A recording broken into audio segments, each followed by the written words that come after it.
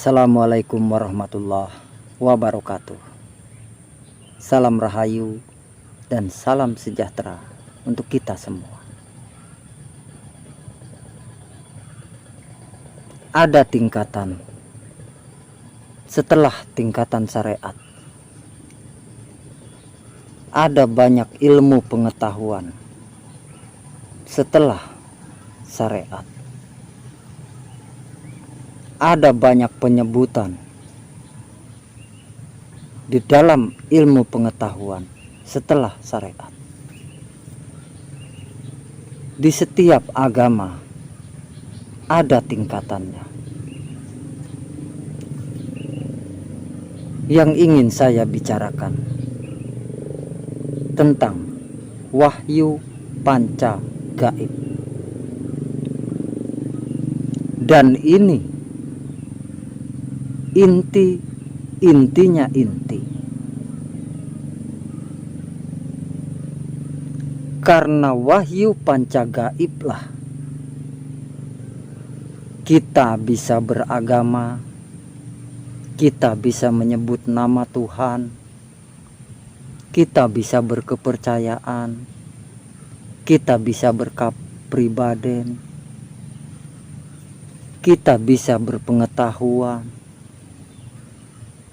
Karena kegaiban diri yang selama ini masih kita akui.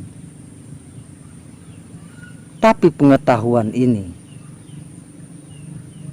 ilmu pengetahuan ini adalah tentang hakikat hidup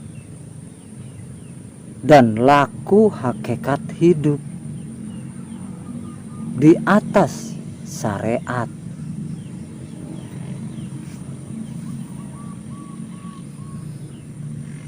Kalau yang saya pahami, kita semua bangsa manusia mempunyai inti,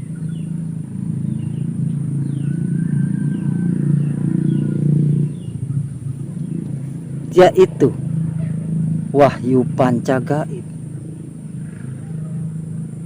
Apa sih itu wahyu panca gaib? Itu adalah sejatinya diri kita.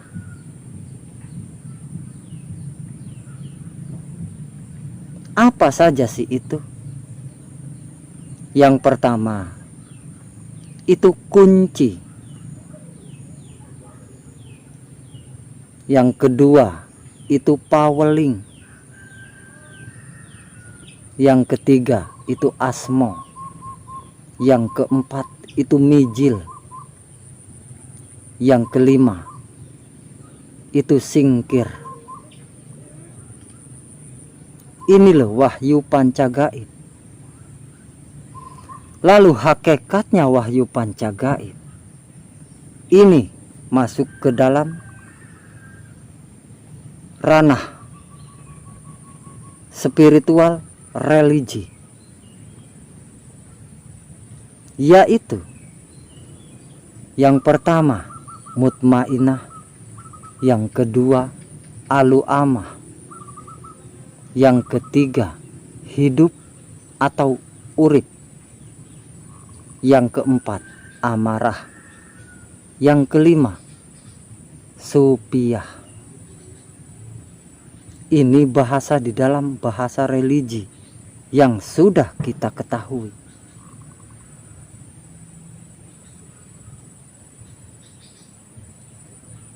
Yang sudah kita hafal. Inilah hakikat diri manusia. Hakikatnya diri manusia yang disebut manusia hidup, yang menyadari hakikat dirinya.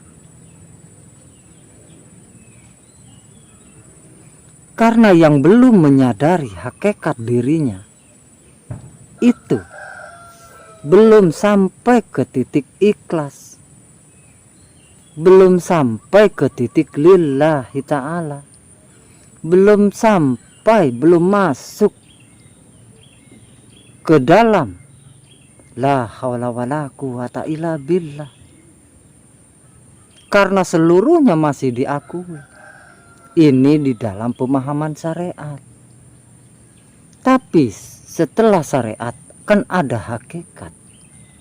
Ketika kita bicara hakikat, berarti kita mengupas kegaiban diri. Ketika kita mengupas kegaiban diri, maka kita akan tahu diri. Bahwa diri kita itu terdiri dari dohir dan batin, dari wujud dan ruh. Di dalam syariat itu laku wujud, laku pengakuan. Yang wujud itu bernama ini, bernama itu wujud yang diberi nama. Itu loh yang beribadah, itu loh yang memberi, itu loh yang sedekah, yang diakui di dalam syariat. Tapi di dalam hakikat, di dalam hakikat hidup manusia, manusia hidup, tidak. Kalau di dalam laku hakikat hidup, seandainya beribadah, yang beribadah itu adalah 5 roh, yang memberi adalah 5 roh.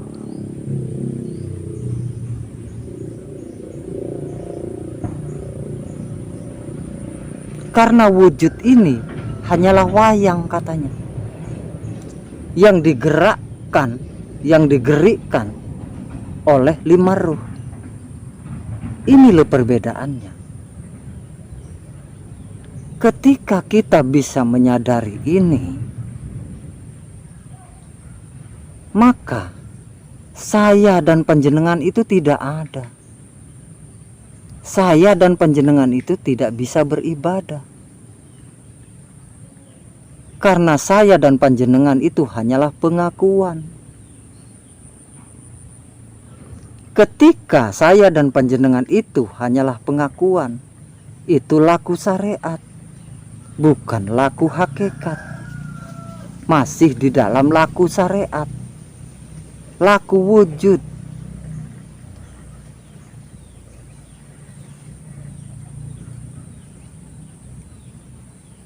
Belum menyadari bahwa wujud ini digerakkan oleh 5 roh. Belum sampai ke tingkat menyadari dan berkesadaran hidup, yang itu adalah 5 roh.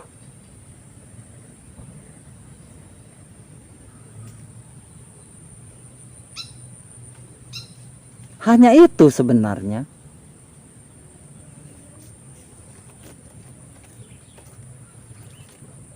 Jadi tingkatan demi tingkatan ada yang belum tersadari. Sudah kita ketahui, sudah kita dengar, tapi belum tersadari oleh kita.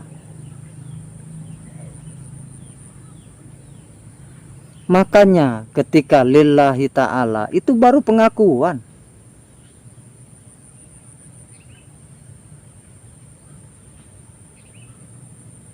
Karena menganggap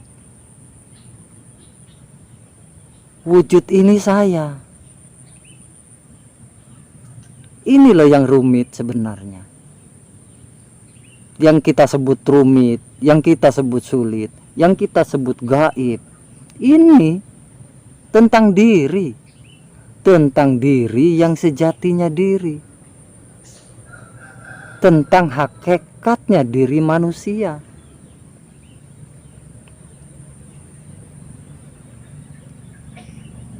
Ketika di dalam laku spiritual hakikat hidup wahyu pancagaib, itu ada kunci, itu ada paweling, itu ada asmo, itu ada mijil, itu ada singkir.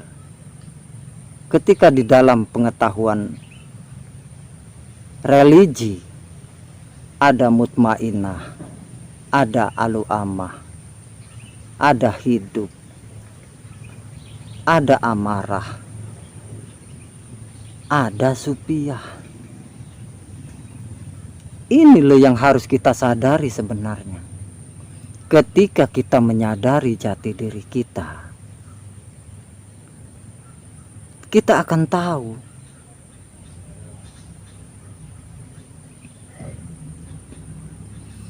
Tuhan itu tidak gaib. Yang gaib itu saya dan panjenengan sebenarnya. Kenapa? Karena tertutupi oleh pengakuan.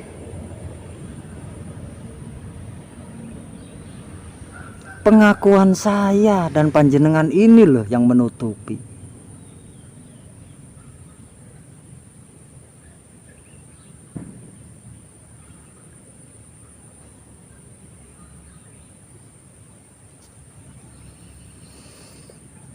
Kita tertutupi oleh pengakuan kita sendiri yang di dalam kalimatnya lillahi ta'ala. Tapi karena masih ada pengakuan, itu kan gua. Ini loh yang rumit itu. Ini loh yang sulit itu. Ini loh yang masih gaib itu. Padahal hakikatnya diri manusia adalah 5 ruh tersebut. Ketika hakikat dari diri kita adalah 5 ruh, ketika beriman, bukankah yang beriman itu ruh? 5 ruh tadi.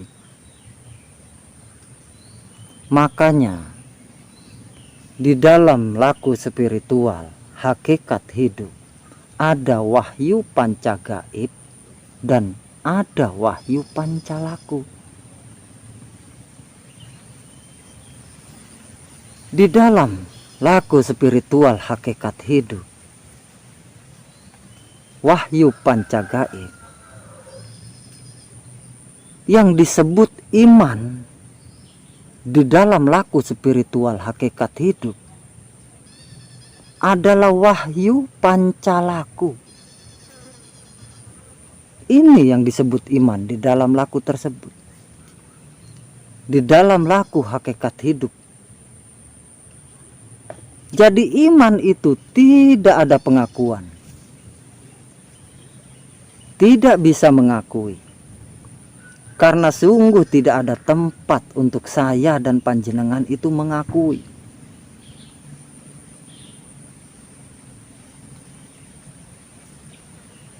Berarti ketika kita masih mengakui, masih ada pengakuan, wah yang memberi itu saya, yang beribadah itu saya.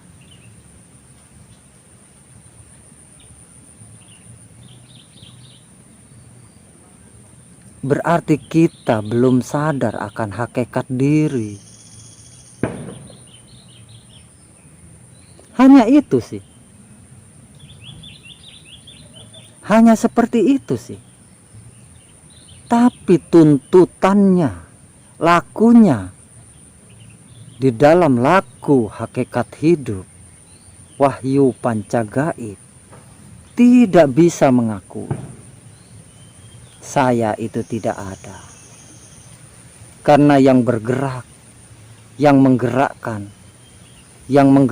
dan yang bergerak itu adalah wahyu panca gaib dan wahyu panca laku itu sendiri. Wahyu panca gaib itu yang menggerakkan wujud sehingga wujud bergerak. Nah, geraknya wujud tersebut itu adalah panca laku. Lakunya 5 ruh yang dilakukan oleh wujud. Jadi saya di mana? Saya itu tidak ada kan? Karena yang ada itu kan hanya wujud dan 5 ruh isi di dalam wujud.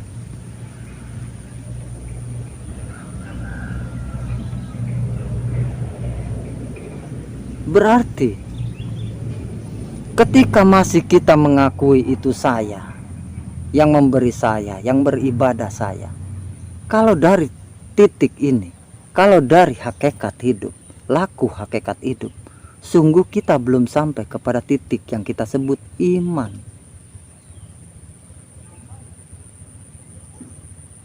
Karena kita belum percaya, belum mempercayai bahwa ada 5 kegaiban di dalam diri kita. Dan karena 5 kegaiban di dalam diri kita itulah yang menyebabkan kita bisa ini, bisa beragama, bisa menyebut Tuhan, bisa memberi nama untuk Tuhan, bisa beramal, bisa memberi, bisa sedekah, dan lain sebagainya.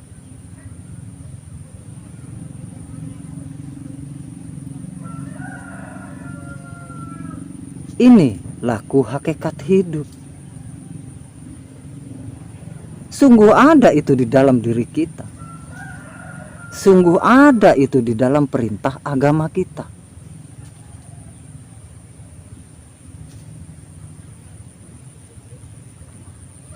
Di laku hakikat hidup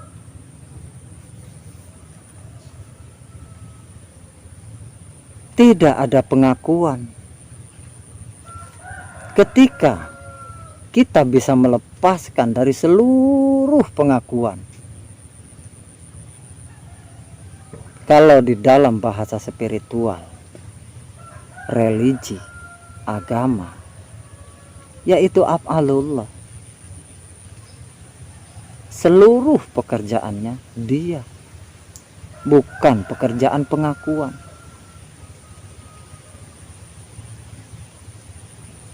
Dan wahyu pancagaib, 5 kegaiban di dalam diri kita tersebut, itu punya sikap dan sifat yang berbeda-beda, yang antara satu sikap dengan sikap yang lain tidak bisa tercampur. Dia kekeh di dalam sikapnya, dia kekeh di dalam sifatnya. Karena itulah tugasnya.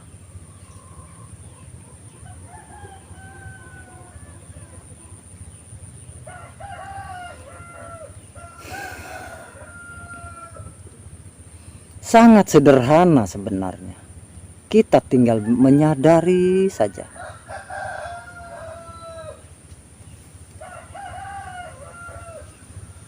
Sikap dan sifatnya kunci atau mutmainah adalah manembahing kawula Gusti.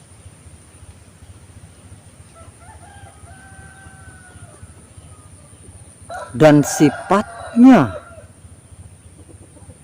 kunci atau mutmainah itu adalah pasrah kepada Gusti.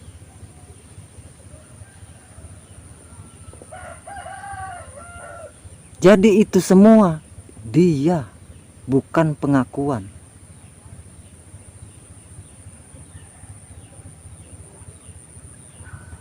Dan paweling atau alu amah sikapnya manunggaling kawula Gusti, dan sifatnya menerima keputusan Gusti tanpa ada penawaran apalagi penolakan.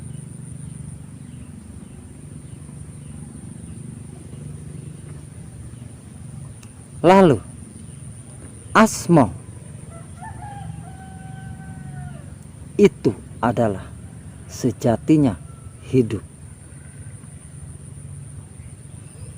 dan sikapnya hidup leburing kawula Gusti. Sifatnya mempersilahkan kuasa Gusti.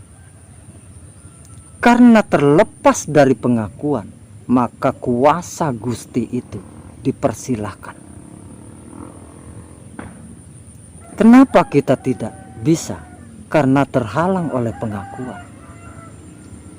maka kuasa Gusti itu tidak nyata buat kita yang masih berpengakuan, yang masih berpamrih, berego dan berarogan. Lalu mijil atau amarah, sikapnya sampurnaning kawula Gusti.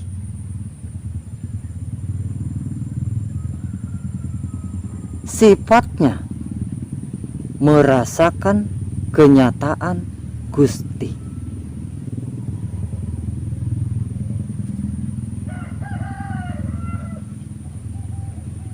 Coba secara perlahan kita renungkan ini. Kita merenung di sini agar kita paham, agar kita setelah paham bisa menerapkan ini, bahwa sesungguhnya Dia lima ruh. Lalu singkir atau supiah, sikapnya sampurnaning pati lan urip, urip lan pati. Sifatnya menebar cinta kasih sayang Gusti.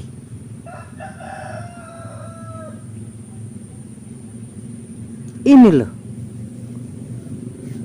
ketika kita berkasih sayang, menyayangi apapun, menyayangi siapapun, sungguh itu bukan saya, sungguh itu bukan pengakuan. Yang sedang berkasih sayang, memberikan kasih sayang, menebar cinta kasih sayang adalah supiah.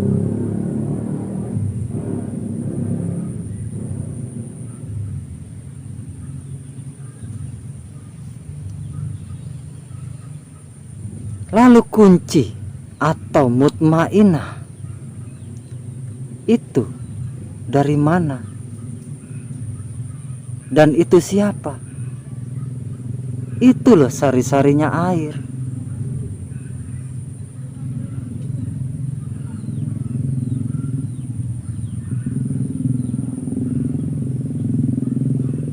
Yang berkiblatkan wetan, yang berupakan putih.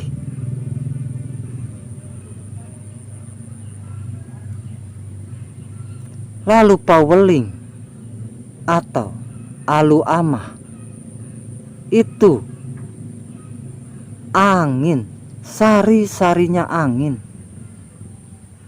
yang berwarna kuning,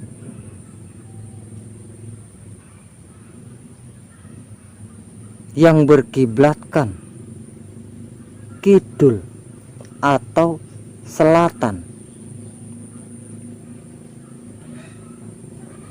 yang bertempatkan di hidung, dan yang mutmainah tadi ini bertempat di mata.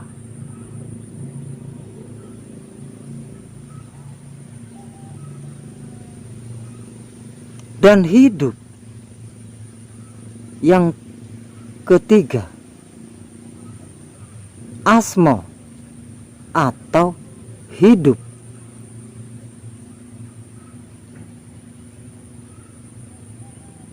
Dari manakah dia berasal? Dia langsung dari Dat Maha Suci, yang ketika di dalam bahasa religi agama disebutkan, ku ambil sebagian ruhku untuk menghidupi. Nah, inilah hidup yang menghidupi, yang kalau di dalam bahasa spiritual Wahyu Pancagaib disebut asmo. Dia punya nama, tersendiri. Nah, ini sikapnya seperti apa? Sikapnya leburing kawula Gusti, sifatnya mempersilahkan kuasa Gusti. Rupanya bening, tempatnya di jantung, tugasnya menghidupi atau menghidupkan. Lalu mijil atau amarah, sikapnya sampurnaning kawula Gusti. Sikapnya, sifatnya merasakan kenyataan Gusti. Warnanya merah, kiblatnya barat atau kulon, tempatnya di telinga, tugasnya mendengar. Singkir atau supiah, ini sikapnya sampurnaning pati lan urip, sampurnaning urip lan pati.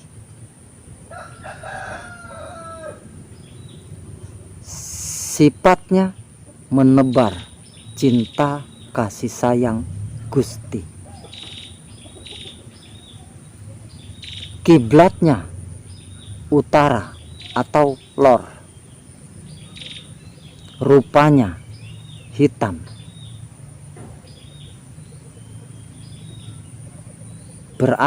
asalnya dari sari-sarinya bumi.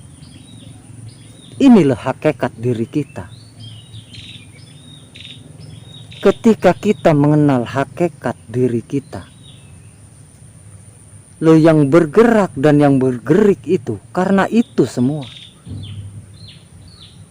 Saya tidak bergerak, saya tidak bergerik, saya diam.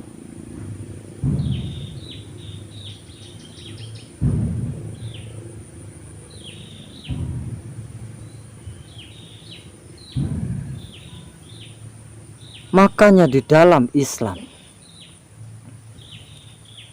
ada ilmu diam. Sungguh ilmu diam itu ilmu hakikat tertinggi, terumit dan terberat.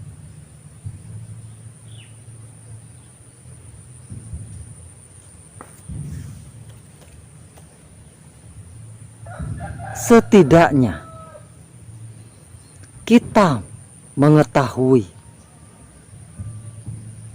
untuk bisa kita menyadari hakikat diri kita terlebih dahulu. Setelah kita mengetahui,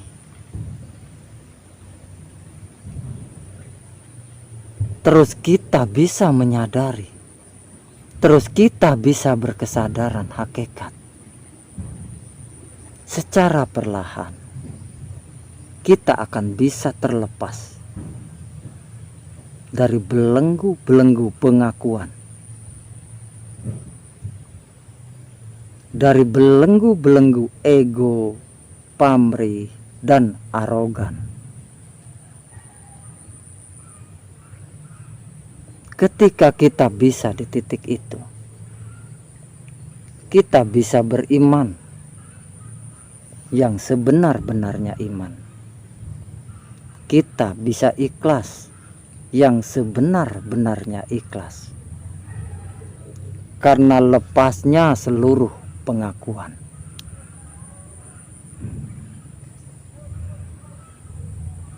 Mungkin hanya ini yang bisa saya kabarkan. Tak lupa saya minta maaf, mohon maaf jika ada yang tidak berkenan atau kurang berkenan di hati panjenengan semua. Sungguh ini hanyalah kabar yang saya kabarkan agar kita terus melangkah maju, tidak terhenti di satu titik tertentu. Wassalamualaikum warahmatullahi wabarakatuh. Salam rahayu dan salam sejahtera. Salam kebajikan untuk seluruh alam semesta dan seisinya tanpa terkecuali. Terima kasih.